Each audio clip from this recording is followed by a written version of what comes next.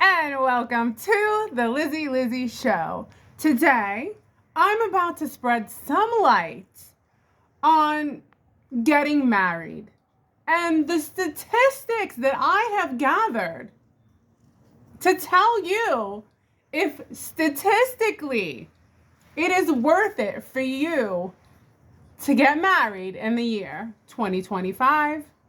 Now, I have to tell you, these statistics are positive, enlightening, and make me realize that the men have been lied to. The women have been lied to. We have all been lied to.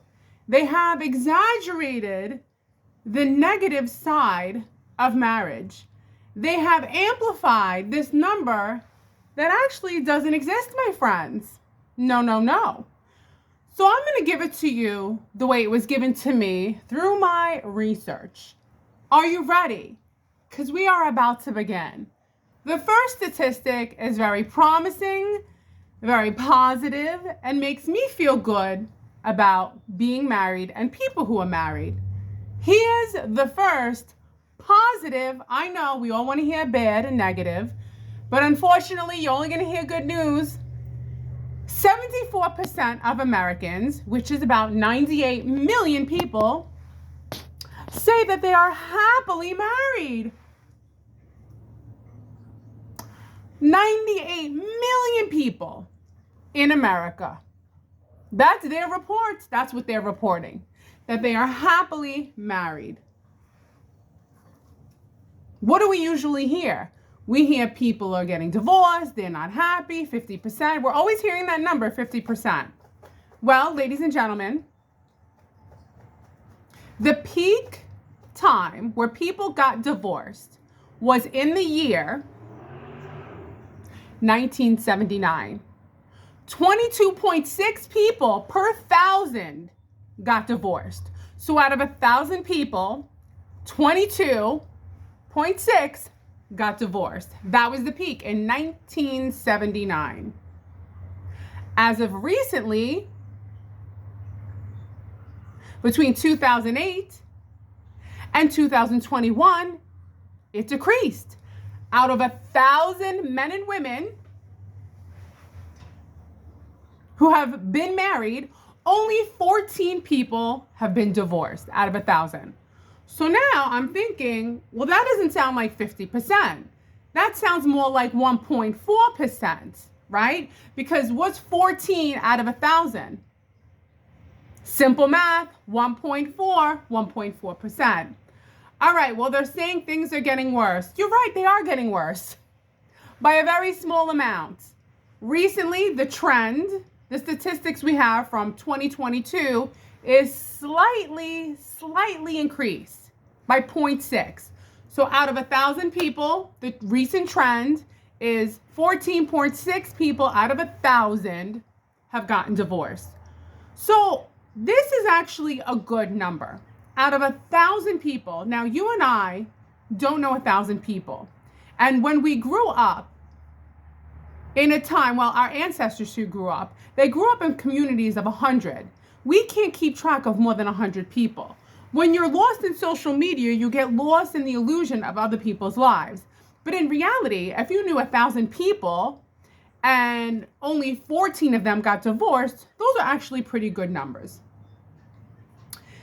It's misleading, very misleading, to tell people and put this information into their head that 50% of marriages don't last.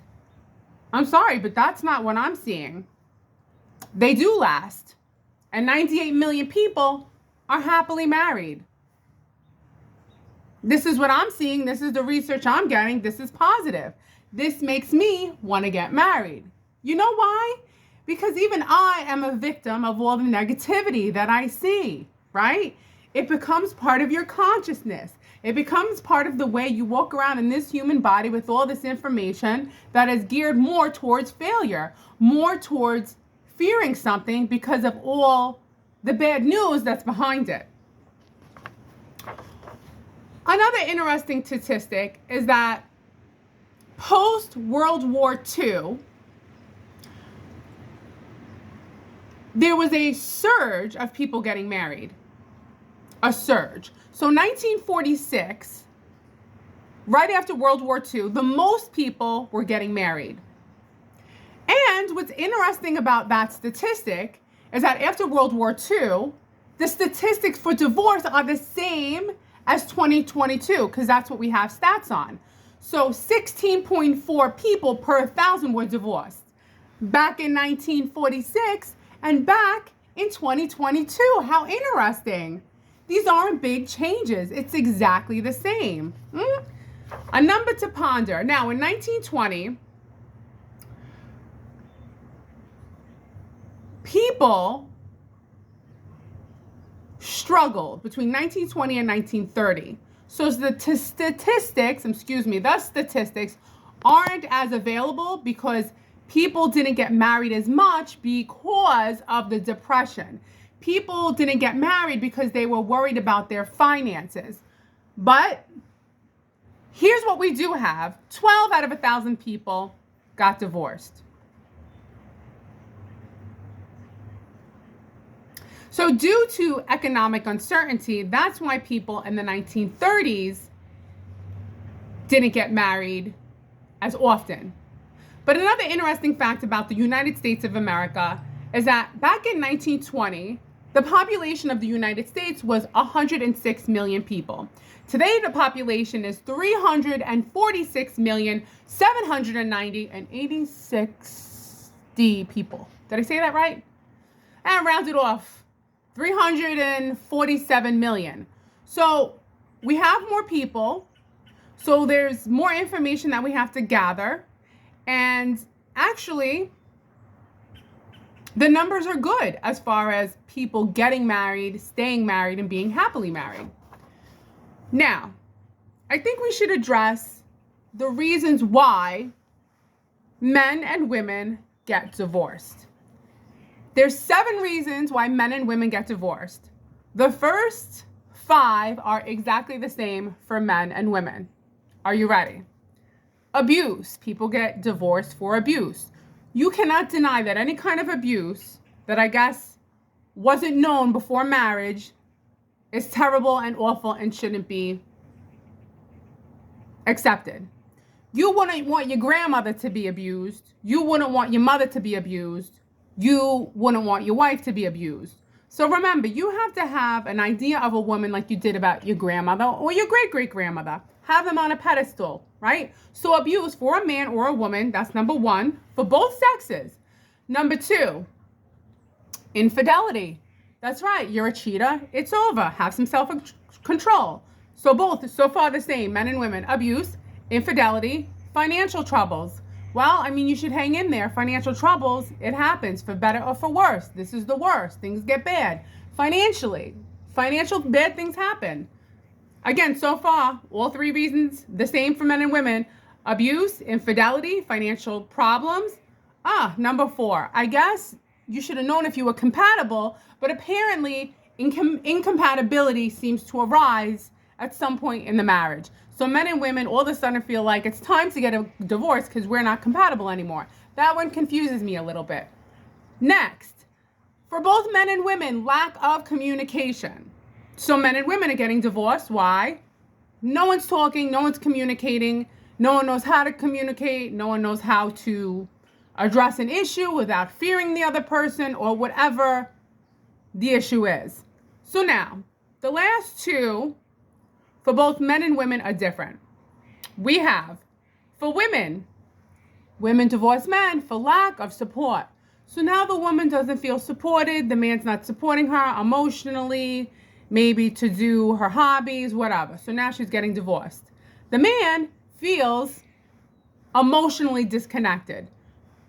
He doesn't feel connected. He wants to feel connected emotionally. That's his reason for getting a divorce. The next one, these are the 2 differences between a man and women. Personal growth. So for women, it's personal growth. For men, it's personal differences. So women divorce because they want more growth personally, which I don't know why you can't grow as an individual and still be married. And then for men, it's personal differences. So I guess after being married for whatever amount of time, all of a sudden, there's differences, personal differences. So those are the top 7 reasons why people get divorced. Also, cultures influence people to get divorced. Why? There's an attitude and a change of divorce. There used to be a stigma in the 20s and the 30s and the 40s and the 50s about getting divorced. Now, nobody seems to care. It's no big deal. No one even bats an eyelash at getting divorced. So culture's acceptance towards getting divorced, the diverse family situation, which also has become accepted. Everyone has new families. They were married to one person. They have kids from this relationship. He was married to another one. They get divorced. They have kids from that relationship. Now they're getting together. They have 20 kids, and it's a whole new family. And bada bing, bada boom. Do I like it? I mean, different strokes for different folks. But the point is, people now accept these changing family situations. Okay? This is how culture has changed. Things have changed. Also, a reason why people don't get married or they don't stay married, it's an increased focus on people's personal happiness, their own fulfillment, versus the fulfillment and the love and the obligation to the family, to the man, to the woman. So culture has made us all so self-centered to think me, I, that we're not realizing that there's more of a fulfillment if you focus on the happiness and the devotion of another person, which is why these are the traits of couples who stay together forever. These are the traits of couples who stay together for 50 years or more. Number 1, this one's obvious, commitment. They have a commitment to the relationship. They're not straying from the relationship. They're not looking outside for more stimulation. They're there. They're committed for the worst of things, for the best of things, for the changing of things. They're committed not for when they reach a goal in life. No, they're going through life achieving and not achieving goals together. They're not waiting till they get the right job. They're not waiting till they've had fun and then they get married. No. They got married on average at 20 years old, and they were each other's witness to their growth, to achievements, to non-achievements, to existing a life together, eating together, laughing together, going through the part of your life where you're young and you're vibrant, not waiting till you reach this point where you think now you're the best person and now you're going to settle down. That's the difference. People went through life and they went through all kinds of events together versus now everyone wants to wait and then get married. By then, you have to tell people your stories, but it's better to experience the stories together. Do you see what I'm saying? Also, people stayed together for 50 years because they were flexible. They were adaptive and they had a willingness to compromise to each other, right?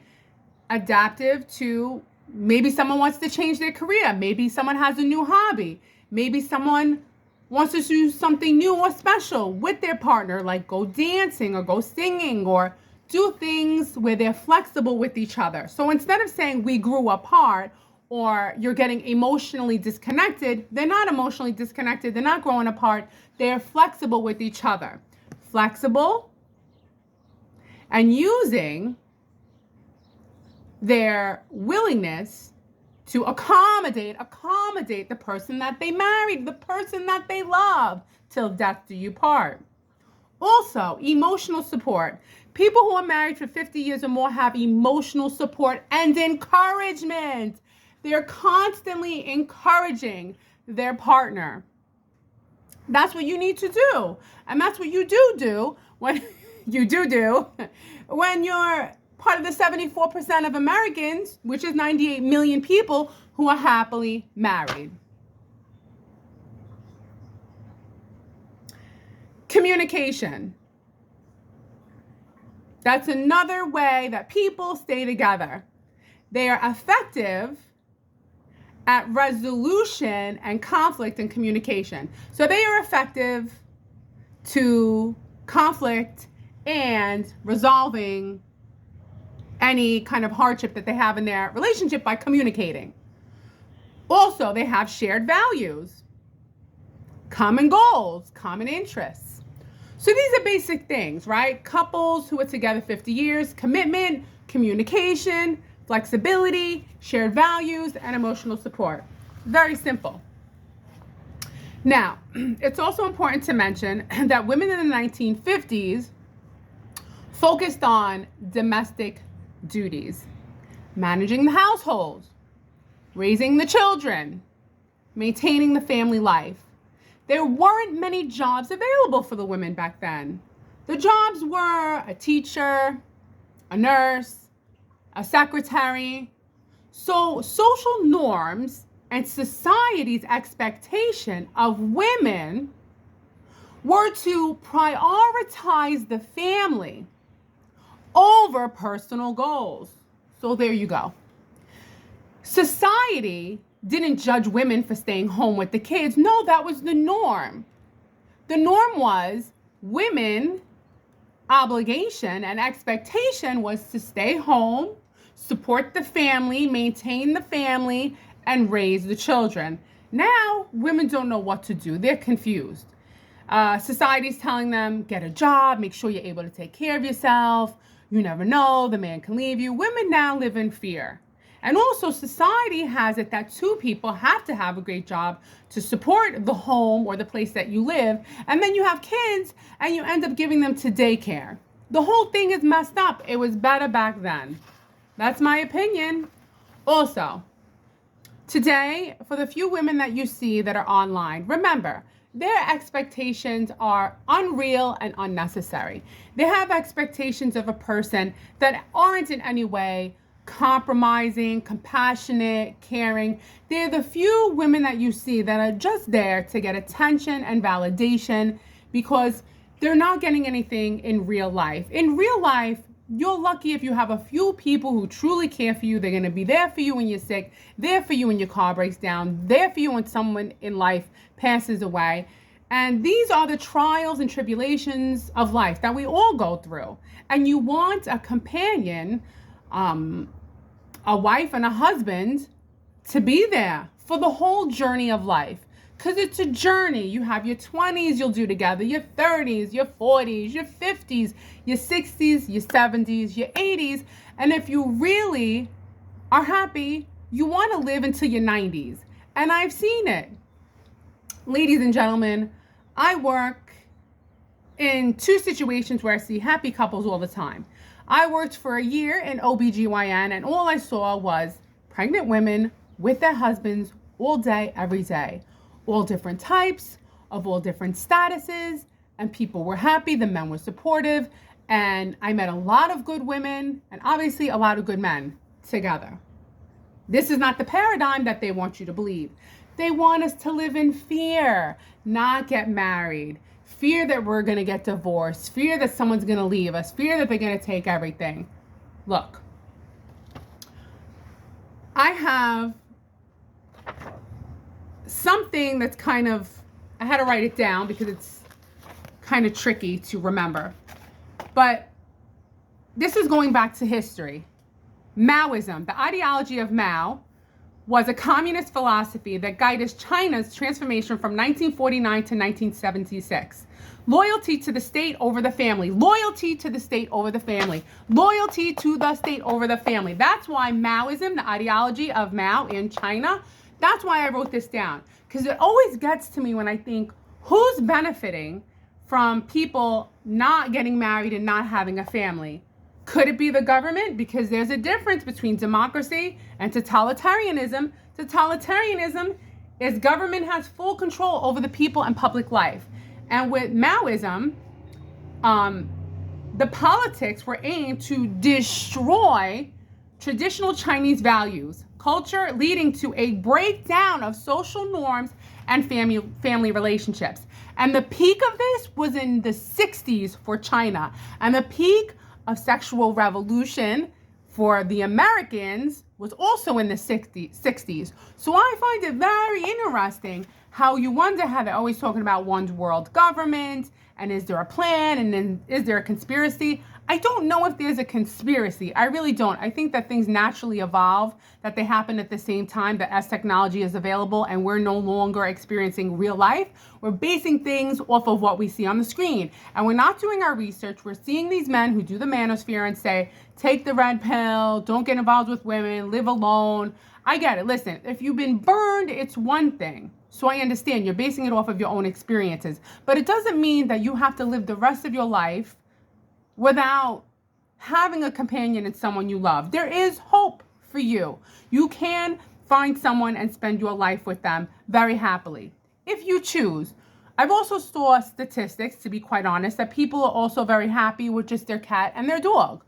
That's a statistic too. So you're not at a loss if it's just you and your dog or you and your cat. People could have suffered thoroughly in a previous relationship, and they're so scarred and they're so traumatized that now they're single. Okay, so unfortunately, not everyone meets their first love in high school, gets married, and lives happily ever after. A lot of times it's the 3 Ds: death, desertion, or divorce. Sometimes people die. Sometimes there's desertion. You get deserted. My mother was deserted, or divorced. And then you have a huge percentage where people, it works out. It's partially luck and partially not luck. But death, that's not luck. That's very unfortunate and tragic for any of us that have experienced it. But the point of me mentioning Maoism, the ideology of the communist China from 1949 to 1976, is to make sure to pay attention that it could be that everything just happens naturally on its own, but maybe there is a reason that the government wants to break us apart and break the family apart, because then they have more control over us. Because the difference between democracy and totalitarianism is, one, the government has control over the people. Democracy kind of gives us the illusion that we have control. We're in a democratic nation. We get to vote who we want to make the rules and the laws. And a lot of us don't even understand how it works. And even in politics, they still have to lie. There's still a lot of fraud. None of us know what's going on. We're just trying to survive in our daily lives and choose the right person to marry, to love, and have a good life with, right? Because there's the big things in life, and then there's just your life that you live on a daily basis that you want to enjoy. You don't want to suffer. You don't want to be miserable. You don't want to have this view that we're all living in fear of being with someone that we could have a good life with. I meet people that are married 50 years, 60 years, 70 years. You've never seen a person love another person so much. It's not fake. They're not on the internet. And the thing that we love to see more than anything is see these old couples that are together and they argue a little bit and they're bantering a little bit, but they love each other. That's what love is. It's not this cheesy love. It's cute. You banter, you argue, you have fun. That's it. It's so simple. Now, one last question I would like to address, and it was sparked by a person's question that half of the women in America will be single and childless, not by their own choosing, by the end of this decade. Well, I looked into this too. So how it goes is that half of women in America will be single and childless, not by their own choosing, is because, one, they are also brainwashed. Two, brainwashed to not have children and wait, and by the time they're ready to have kids, they can't. That's number one. Number two, they're having babies outside of getting married. And number three, society, just like Maoism and in China, is geared towards pushing us further apart. Because if you don't fight for your family, you have nothing to fight for, right? Now, also, I would like to add that with Maoism, and if you want to look it up, it's very disturbing what he did to his people. He turned the families against each other. So on the opposite end of anarchy, it was complete control by the government. So if he had children report the parents, if they were talking about how bad things were, he starved his own people, tortured his own people. Maoism, the Chinese government, awful. So I don't know how the two correlate, but I do know how the two correlate. It's about, excuse me, I'm sorry. It's on the other extreme, but America is put on this pedestal of being like the land of the great, and we're free here. But at the same time, you have to think about all the information primarily that is being pumped into our consciousness. That 50% of marriages don't work. That nobody wants to be together. No one wants to have kids. It's quite the contrary. People do want to be together. People do fall in love. They do want to spend the rest of their lives together. It's just that either you suffered and you're too traumatized to get into a relationship again, and you're feeding into this manosphere. I don't know there's a woman's sphere. I don't think there's a womanosphere, but usually it's for the men. But realistically, your life is over before you know it. So whatever makes you happy, I choose you being happy. So go out there and live the best life you can. And remember, only 1.4% of people got divorced out of 1,000. That's not bad. I hope you like this video. It's time for me to go do the laundry. Have a great day. Goodbye.